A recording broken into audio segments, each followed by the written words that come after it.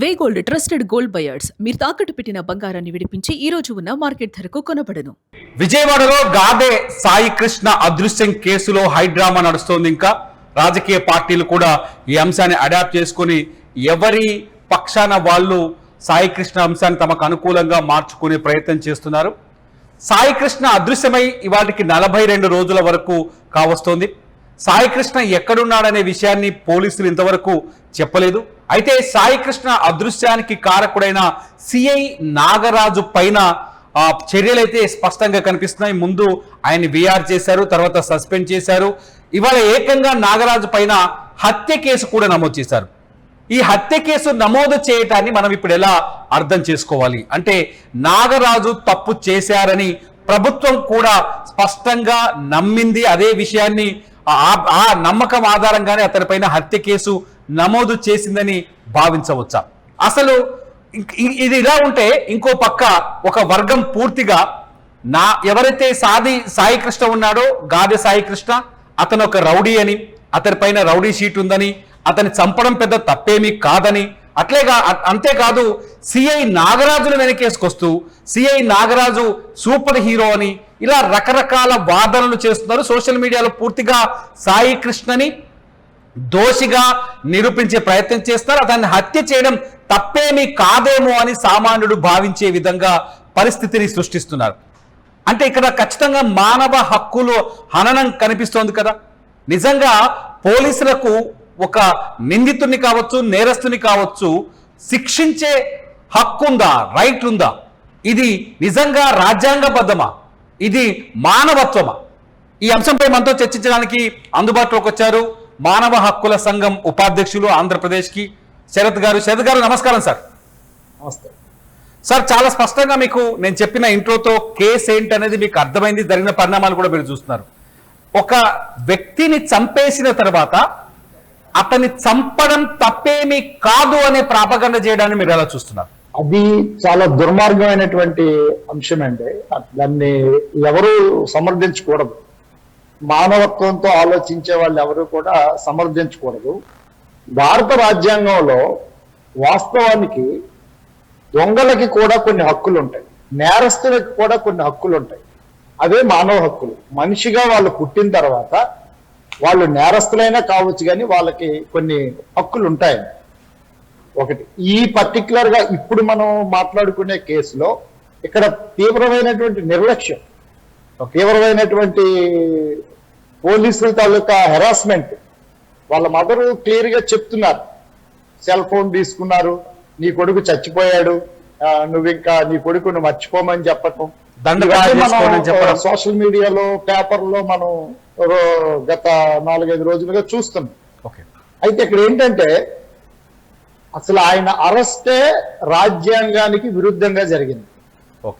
Arrest చేసేటప్పుడు ఒక ముద్దాయిని లేదా ఒక నేరస్తుని, ఒక నేరం ఆరోపించబడిన వాడిని అరెస్ట్ చేయాలంటే మన భారత రాజ్యాంగం లేదా ఇప్పుడు అనుకున్న న్యాయ సంహిత కొన్ని రూల్స్ పెట్టింది, కొన్ని సిస్టమ్స్ ఫ్రేమ్ చేసింది.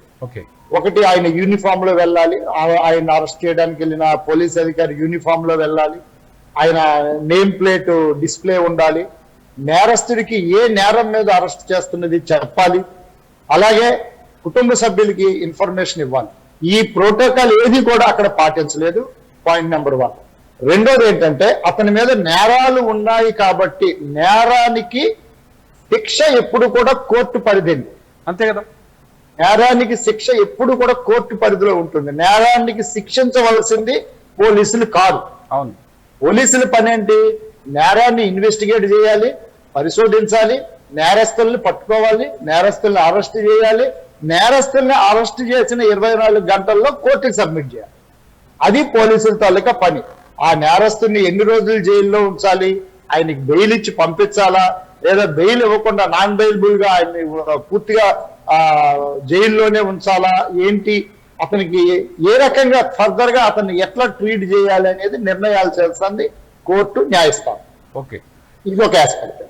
ఇక రెండోది ఏంటంటే ఇప్పుడు మనం ఏదైతే ఆ సిఐ నాగరాజ్ గారి పేరు చెప్తున్నామో, ఆయనే కాదండి, అక్కడ ఉన్న మిగతా పోలీస్ సిబ్బంది సహకారం లేకుండా ఆయన చేస్తుండడు. సో మిగతా వాళ్ళు కూడా వాళ్ళ మీద కూడా చర్య తీసుకోవాలి.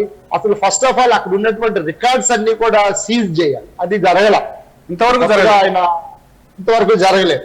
ఏసీపీ గారు కూడా నేరుగా బాధితుల ఇంటికి వెళ్ళారు.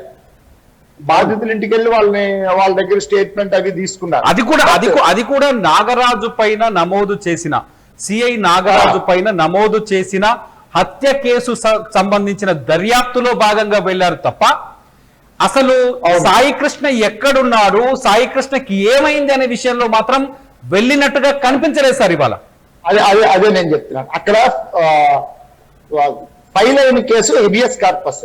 అవును, హెబియస్ కార్పస్ రిట్ చేస్తే ఏంటి, నేరస్తుడిని పోలీసులకి 29వ తారీఖు వరకు టైం ఇచ్చారు. 29వ తారీఖు లోపల ఆ సాయి కృష్ణని కోర్టు ముందు హాజరుపరచాలి. సో ఈయన చేయాల్సింది ఏంటి, ఆయన ఎప్పుడు అరెస్ట్ చేశారు, ఏవైనా సీసీటీవీ ఫుటేజెస్ ఏవైనా ఉన్నాయా, పోలీస్ స్టేషన్ లో ఒక డైరీ ఉంటుంది. పోలీస్ స్టేషన్ డైరీలో అతన్ని అరెస్ట్ చేయమని లేదా అతన్ని అప్రహెండ్ చేసి పట్టరమని ఎవరికి అసైన్ చేశారు, ఈ వివరాలు కదా ఆయన సేకరించాల్సింది. అవును, సోకాల్డ్ ఎంక్వైరీ ఆఫీసర్ సేకరించాల్సిన వివరాలు ఇవి.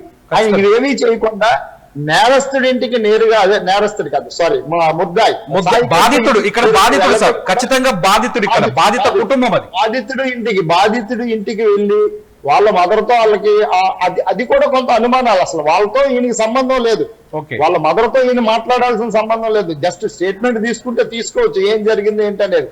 బట్ ఆయన ఎంక్వైరీ చేయాల్సింది పోలీస్ స్టేషన్ లో, ఆయన పరిశీలించాల్సింది పోలీస్ స్టేషన్ రికార్డ్స్. అలాగే అక్కడ చుట్టుపక్కల ఏమైనా సీసీటీవీలు ఉంటే అవి పరిశీలించాలి, ఆ ఫుటేజెస్ తీసుకొని పరిశీలించాలి. అలాగే బాధితుడి ఇంటి దగ్గర ఎక్కడైతే అప్రహెండ్ చేశారో అక్కడున్న సీసీటీవీ ఫుటేజెస్ ఈయన పరిగణలోకి, అంటే వీళ్ళ ఆధీనంలోకి తీసుకొని పరిశీలించాలి. ఇవేవి కూడా జరగటం లేదు, అది మనం గమనించాలి. ఇది కాకుండా ఈ సోషల్ మీడియాలో ఉన్నటువంటి వీళ్ళు చాలా మంది ఏంటంటే వాళ్ళకు ఒక సమాధానం కావాలి సార్. సోషల్ మీడియాలో ఎవరైతే సాయి కృష్ణని చంపడం తప్పేంటి, అతను చేసిన నేరాల గురించి మీకు తెలుసా, 22 కేసులు నమోదయ్యాయి. ఇక్కడ మీరు ఒక విషయాన్ని గమనించేస్తారు, సాయి కృష్ణ రౌడీ షీటరే కావచ్చు, సాయి కృష్ణ హత్య కేసులు నిందితుడు కావచ్చు, అతని పైన నమోదైన కేసుల వివరాలని ఒక డాక్యుమెంట్ రూపంలో బయటకు విడుదల చేయడాన్ని మీరు ఎలా చూస్తున్నారు? సోషల్ మీడియాలో సాయి కృష్ణని రౌడీగా చిత్రీకరించి నాగరాజు పైన, సిఐ నాగరాజు పైన సింపతిని క్రియేట్ చేసే ప్రయత్నం జరుగుతుంది అనుకోవచ్చా?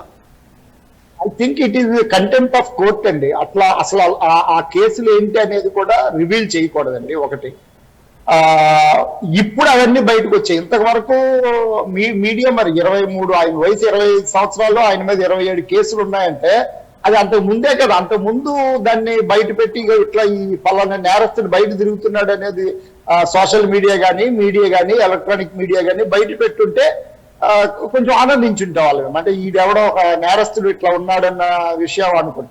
కానీ ఇప్పుడు ఇదంతా జరిగిన తర్వాత బయట పెట్టడం అనేది ఇది ఖచ్చితంగా నా సిఐని రక్షించడానికి చేస్తున్నటువంటి ప్రయత్నం. దీని వెనక బహుశా పోలీసుల హస్తమో లేదా పోలీసుల బెదిరింపు, మీరు ఇట్లా చేయకపోతే మీరు ఇబ్బందులు పాలవుతారన్న పోలీసుల బెదిరింపు కూడా ఉంటే ఉండొచ్చు. మనం బండి సంజయ్ కొడుకు విషయంలో చూసాం కదా, సోషల్ మీడియా అంతా ఒక వర్గం అంతా కూడా అతని తప్పు లేదు, ఆ అమ్మాయిదే తప్పు అన్నట్లు అది ఒక మైండ్ గేమ్ ఆడటానికి ప్రయత్నం చేశారు కదా.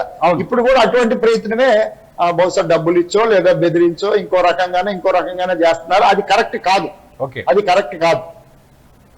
ఓకే సార్, అంటే ఇప్పుడు ఇక్కడ ఒక విషయం అసలు సాయి కృష్ణ ఏమై ఉంటాడు, ఏం జరిగి ఉంటుంది, పోలీసులు సాయి కృష్ణ విషయంలో ఎందుకు స్పష్టత ఇవ్వలేకపోతున్నారు? అంటే కోర్టుకే నేరుగా, అంటే హెబియస్ కార్పస్ పిటిషన్ ఉంది కాబట్టి కోర్టుకే నేరుగా సమాధానం చెప్తారా, లేదంటే మధ్యలో ఈ విచారణకు సంబంధించిన అప్డేట్స్ అందించే అవకాశం ఉందా?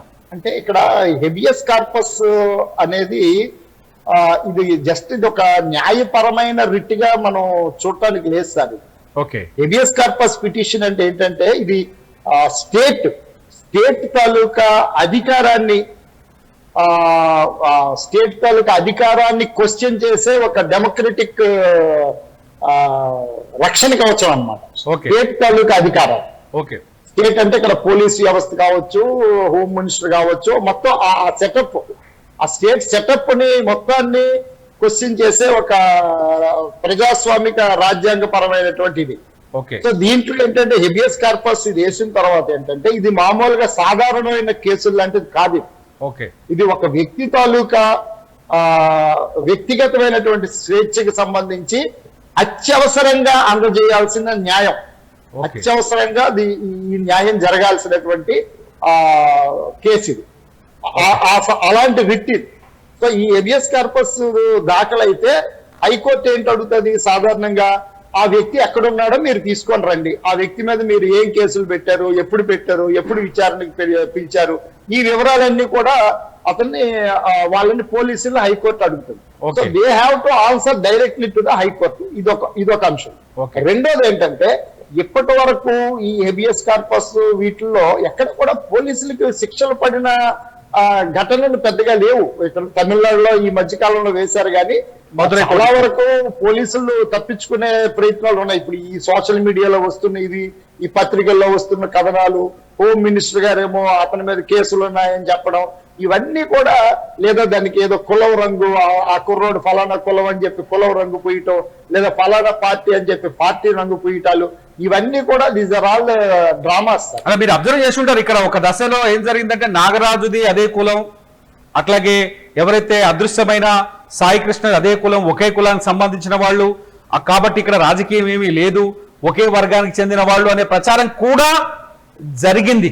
దీనికి అర్థమైంది సార్, దీన్ని ఎలా అర్థం చేసుకోవాలి? అంటే మా వాళ్ళని మేము చంపేసుకుంటాం, మీరెవర్రా మాట్లాడడానికి, మా వాళ్ళు మనుషులు కాదు డిఫరెంట్ మనుషులు కానీ అనుకోవచ్చా? అంటే ఇక్కడ మనం అదే సార్, చట్టం అనేది చట్టంలో ఎక్కడ కూడా కులం డిఫైన్ అయ్యి లేదు. ఓకే. చట్టంలో కానీ హెబియస్ కార్పస్ దీంట్లో కానీ ఎక్కడ కూడా కులం డిఫైన్ అయ్యి లేదు. అతను ఏ కులస్తుడు కానీ ఆయన పట్ల ఆ రకంగా వ్యవహరించడం అనేది చట్టరీత్యా నేరము. ఓకే. చట్టాన్ని రక్షించాల్సింది, చట్టాన్ని ఇంప్లిమెంట్ చేయాల్సింది పోలీసులు, స్టేట్. ఓకే. అసలు వీళ్ళే దాన్ని వైలేట్ చేస్తుంటే కోర్టు చాలా స్ట్రిక్ట్ గా వ్యవహరించాల్సినటువంటి అవసరం ఉంది. సో కోర్టు ఏంటంటే ఇప్పుడు ఇలాంటి పరిస్థితుల్లో కోర్టు ఏం చేయాలంటే ఈ బయట ఇన్ఫ్లుయెన్సెస్ కి ఎక్కడ కూడా కోర్టు ఇన్ఫ్లుయెన్స్ అవ్వకూడదు. ఓకే. ఓన్లీ వాళ్ళగా ఇది చట్టాన్ని రక్షించడం, చట్టపరంగా చట్టబద్ధంగా రాజ్యాంగబద్ధంగా కోర్టు యాక్ట్ చేయాలి. లేకపోతే మీకు బాధితులకి న్యాయం జరగదు. ఒక హెబియస్ కార్పస్ లాంటివి కూడా డైల్యూట్ అయిపోయే పరిస్థితి ప్రజాస్వామిక భారతదేశంలో ఏర్పడే ప్రమాదం అయితే ఉంటుంది. సార్ మీరు ఇంతకుముందు చెప్పారు, ఒక నేరస్తుడు కావచ్చు, నిందితుడు కావచ్చు, హంతకుడు కావచ్చు, తప్పించుకున్న వ్యక్తులు కావచ్చు, ఎవరైనా సరే వాళ్ళని అరెస్ట్ చేసే ముందు పోలీస్ రూల్స్ ఏమి పాటించాలి, సుప్రీంకోర్టు గైడ్ లైన్స్ ఏమున్నాయి? సార్ అదే సార్ నేను మొదట చెప్పాను కదా, ఫస్ట్ ఆఫ్ ఆల్ ఏంటంటే కొట్టే అధికారము ఎక్కడ ఏ పోలీస్ మాన్యువల్లో కూడా లేదు సార్. ఓకే. నిందితుడిని కొట్టి శిక్షించే అధికారము ఎక్కడ పోలీస్ మాన్యువల్లో లేదు. ఏ పోలీస్ ట్రైనింగ్ లో కూడా చెప్పరు. కానిస్టేబుల్ నుంచి ఎస్పీ వరకు ఏ పోలీస్ ట్రైనింగ్ లో కూడా నిందితుడిని కొట్టి నిజాలు రాబట్టాలని చెప్పరు. మోర్ ఓవర్ ఏంటంటే there are certain scientific methods. Okay.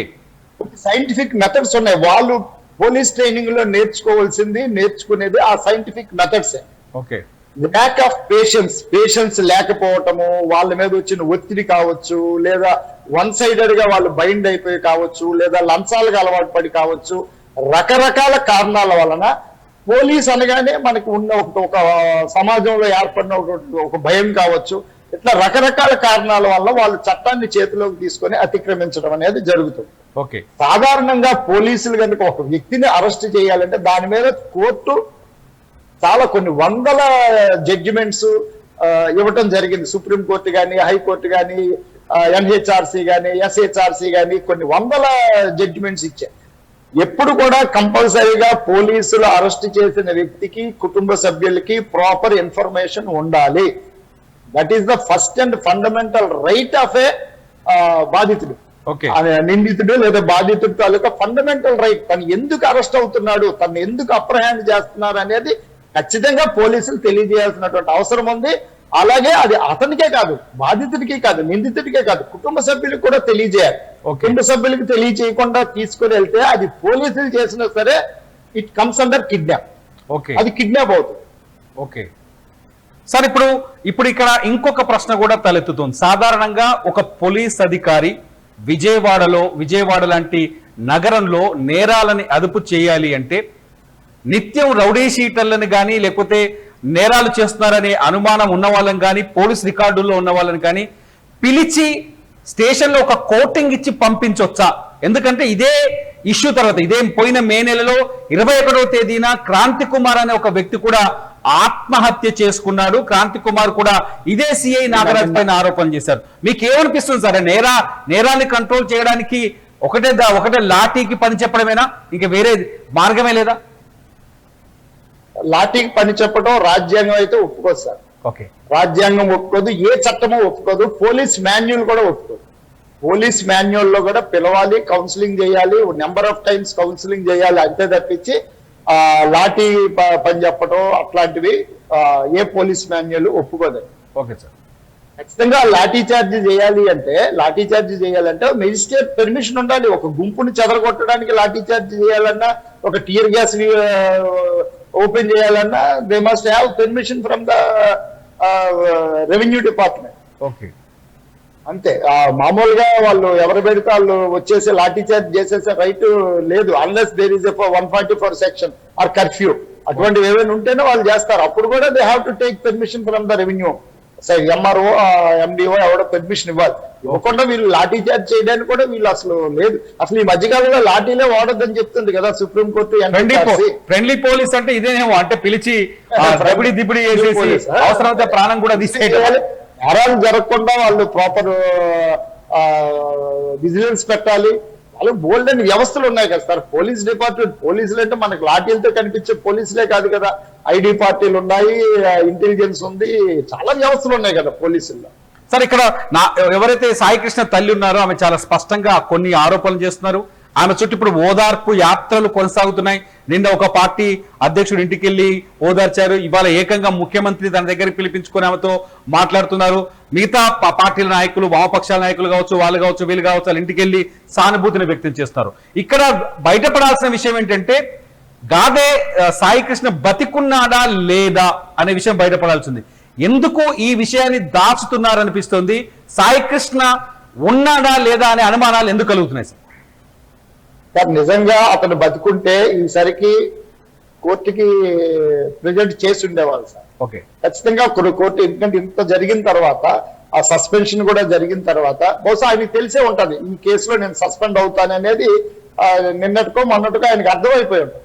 కాబట్టి డెఫినెట్ గా ఆయన బతుకుంటే ఆయన సరెండర్ చేసి ఉండేవాడు. సో సరెండర్ చేయలేదు అంటే ఆయన బతికలేదు. వాళ్ళు అప్రహెండ్ చేయలేదు, మేము అరెస్ట్ చేయలేదు అని ఖచ్చితంగా చెప్పటం లేదు. అది పోలీసుల సైడ్ నుంచి. ఇక ప్రతిపక్షాలు దీన్ని ఇష్యూ చేయటం, ఇవన్నీ మనం మాట్లాడటం అనవసరం. అది రకరకాల కారణాలు, రకరకాల పొలిటికల్ మైలేజెస్ అవన్నీ ఉంటాయి.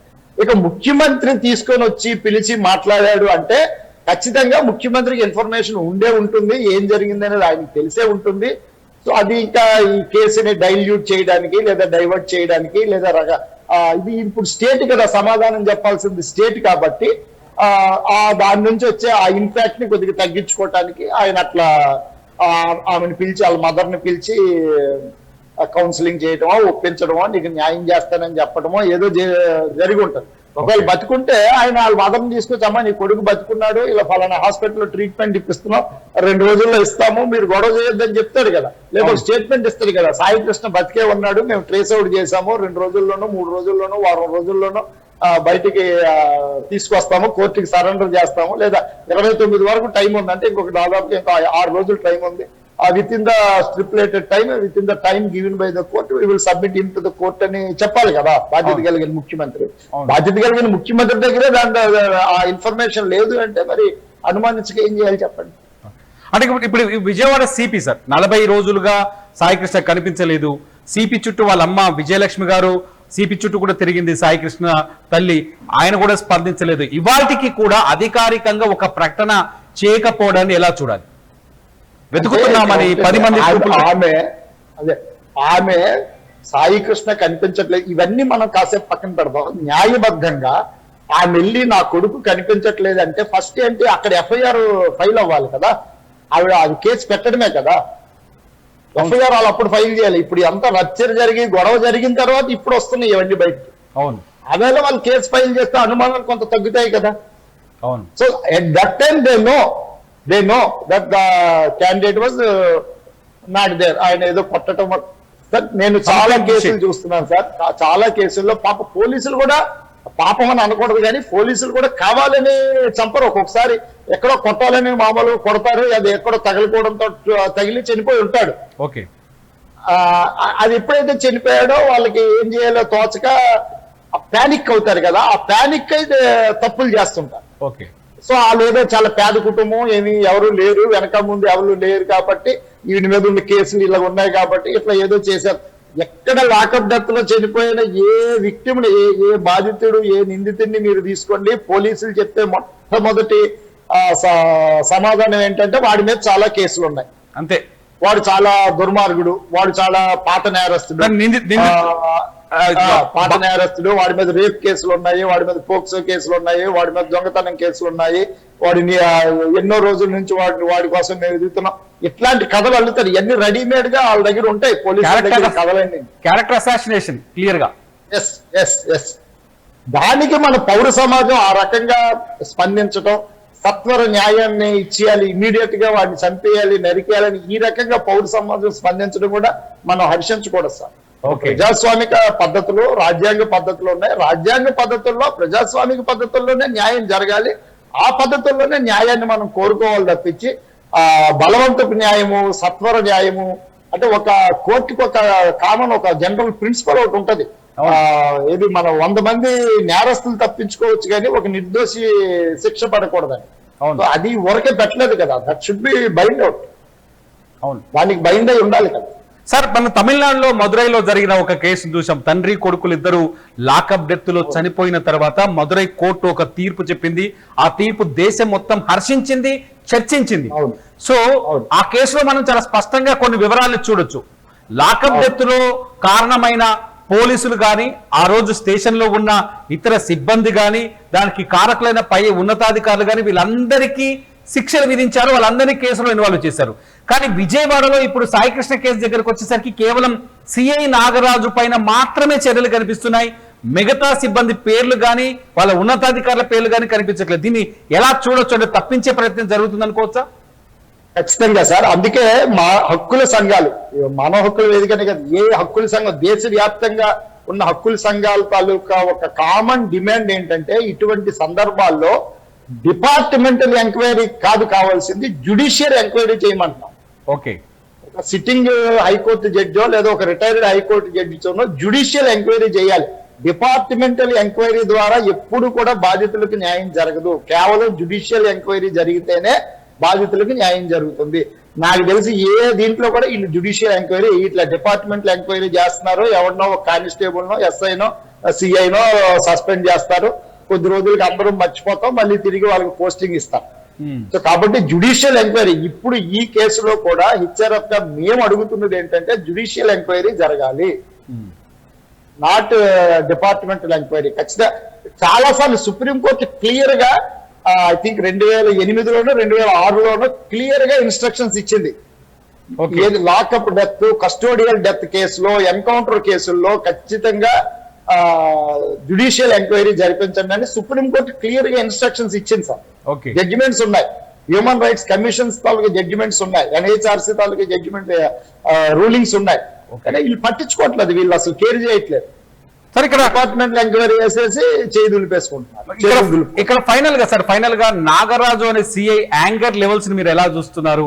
అతని కోపాన్ని కావచ్చు, అతని గురించి అంటే కొందరు ఏం చెప్తున్నారంటే నాగరాజుని తీసుకొచ్చి కృష్ణలంకలో పెట్టిందే రౌడీజాన్ని అణచివేయడానికి అని చెప్తున్నారు. నాగరాజు వచ్చిన తర్వాత 2 మరణాలు ఒకే నెలలో కనిపించాయి మనకు. అంటే ఆయన యాంగర్ లెవెల్స్ ని ఎలా చూడొచ్చు? ఈ రకంగా చూస్తే ఆయన యాంగర్ లెవెల్స్ అవి చాలా పెర్వర్టెడ్ యాంగర్ లెవెల్స్. కోపం అనేది ఉంటది, మనిషికి కోపం అనేది ఉండాలి. కానీ ఎదుటి మనిషిని చంపేసేటంత కోపం లేదా చావడానికి ప్రేరేపించేటంత కోపం అనేది చాలా ప్రమాదకరం. ఆయన్ని మరి మెంటల్ హాస్పిటల్కి ఎక్కడికో పంపించి ఆయనకి సరైన మానసిక అంటే ఇప్పుడు అలాగంటే ఆయనకి మెంటల్ అని చెప్పేసి అది మళ్ళీ మెర్సీ దీని కింద తీసుకుంటారేమో కానీ ఖచ్చితంగా ఆ ప్రశ్న వేసింది ఎందుకంటే ఎటువంటి ఏట్ అని చెప్తారని చెప్పేసి విజయవాడలో చాలా జరిగాయి ఇవి. అవును, కానీ ఆయన మీద చాలా వచ్చాయి సార్. గతంలో కూడా ఆయన మీద కంప్లైంట్స్ అవన్నీ ఉన్నాయి కదా. అటువంటి వాళ్ళని ఇలాంటి చోట ఉంచడం కరెక్ట్ కాదు. ఖచ్చితంగా ముందు అతన్ని శిక్షించాలండి, వాళ్ళని శిక్షించాలి. ఆ శిక్షించకపోతే సమాజానికి చాలా నష్టం జరుగుతుంది, పోలీసు వ్యవస్థకి చెడ్డ పేరు వస్తుంది, స్టేట్ ప్రభుత్వాలకు చెడ్డ పేరు వస్తుంది. తర్వాత ఏంటంటే ప్రజలు ప్రశాంతంగా ఇప్పుడు ఎక్కడైనా సరే అసలు పోలీసింగ్ ఎవరు అడుగుతున్నారు సార్? పోలీసింగ్ ఎవరు అడుగుతున్నారు? అవును, మీ రౌడీ వ్యవస్థని ఎందుకు మీరు అసలు ఎంకరేజ్ చేస్తున్నారు? ఎంకరేజ్ చేసి ఈ స్టేజ్కి తీసుకెళ్లిపోయి మళ్ళీ దాన్ని అమర్చడానికి నాగరాజన్ తెస్తాను, ఇంకొక హిట్లర్ని తెస్తానంటే ఎలాగో? ఈ సంఘటనలో కదా సార్ గతంలో జరిగిన తెలంగాణ కావచ్చు, లేకపోతే వేరే చోట కావచ్చు, తమిళనాడు కావచ్చు, అధికారంలో ఉన్న ప్రభుత్వాలు పోలీసులని ఆయుధాలుగా మార్చుకొని తమకు అనుకూలంగా పనిచేసే విధంగా చేసుకుంటున్నాయనే ఆరోపణలు మీరు ఏమంటారు? అవి చాలా దుర్మార్గమైనటువంటి అంశాలు సార్, అవి చాలా దుర్మార్గం. ప్రభుత్వాలు ఆ రకంగా పాలకులు, ప్రభుత్వాలు పరిపాలనలో ఉండేవాళ్ళు, అధికారంలో ఉండేవాళ్ళు పోలీసుల్ని మొదటి నుంచి కూడా అదే, అది ఈ రోజు జరుగుతున్నదని కాదు కానీ మొదటి నుంచి కూడా వాళ్ళు నేను మొన్న ఏదో సందర్భంలో ఒక ఉన్నతాధికారిని కలిశానండి. ఆయన ఏమంటాడంటే మాకు మొన్నటి వరకు 70% ప్రెజర్స్ ఉండేవి, ఒక 30% మేము మా అంతరాత్మ ప్రబోధం మేరకు చేసేవాళ్ళము, ఒక 20-25%, ఒక 5% మీలాంటి వాళ్ళు ఎక్కడ గొడవ చేస్తే ప్రజల నుంచి రెసిస్టెన్స్ వస్తే, ప్రజల నుంచి డిమాండ్ వస్తే కొంత న్యాయం చేసేవాళ్ళం. ఈ మధ్య కాలంలో ఈ 2-3 ఏళ్ళ నుంచి మాకు అసలు 95% ప్రభుత్వాలు చెప్పినట్టుగానే వినాల్సి వస్తుంది. మాకంటూ ఒక సొంత ఆలోచనలు, సొంత బుర్ర ఏమి ఉండట్లేదు. ఏదో ఒక 4-5% మీలాంటి వాళ్ళు వచ్చి రోడ్లెక్కి గొడవ చేస్తే దాని మీద ఎక్కడో స్పందిస్తున్నాం కానీ 95% ఇంకా అసలు మాకంటూ ఒక బ్రెయిన్, మాకంటూ ఒక ఆలోచన, మాకంటూ ఒక బుర్ర లేని పరిస్థితి అవుతుంది. వాళ్ళు ఎలా చెప్తే మేము అలాగా ఇది చేయాల్సినటువంటి పరిస్థితి అని ఒక పెద్ద ఆయన వాపోయాడు. పోలీస్ వ్యవస్థ అట్లా తయారైంది సార్, పాలకుల చేతిలో, రాజ్యాంగ వ్యవస్థల చేతిలో, రాజ్యం చేతిలో పోలీసులు కీలుబొమ్మలు అయి ఉన్నంత వరకు కూడా ప్రజలకైతే కనుక ఎక్కడ న్యాయం జరగదండి. Right, thank you sir, thank you so much sir, మీ విలువైన సమయాన్ని మాకు ఇచ్చినందుకు. ఎందుకంటే మానవ హక్కుల హననం జరిగిన చోట మీలాంటి వాళ్ళు గళం వినిపించాలి. ఖచ్చితంగా సామాన్యులకి, బాధితులకి అండగా ఉండాల్సిన అవసరం ఉందని మరొకసారి మీ ద్వారా, యూటీవీ ద్వారా ప్రజలకు చెప్పే ప్రయత్నం చేసినందుకు thank you so much sir. ఇది మొత్తానికి విజయవాడలో గాదె సాయి కృష్ణ అదృశ్యం కేసులో ఉన్న మలుపులు, అట్లాగే గాదె సాయి కృష్ణ అదృశ్యం వెనుక ఉన్న ఆ ఒక రకంగా చెప్పాలంటే అక్రమాలని చెప్పాలి, లేకపోతే ఆగ్రహం అని చెప్పాలి, లేకపోతే మానవ హక్కుల ఉల్లంఘన అని చెప్పాలి. ఇది మొత్తానికి జరిగిన సంఘటనకు సంబంధించిన అభిప్రాయాలు.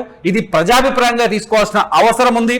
ఖచ్చితంగా ప్రభుత్వం బాధిత పోలీస్ అధికారులందరిపైన చర్యలు తీసుకోవాల్సిన అవసరం కూడా ఇక్కడ స్పష్టంగా కనిపిస్తోంది. చూస్తూనే ఉండండి యూటీవీ. నా పేరు తిరుమల్.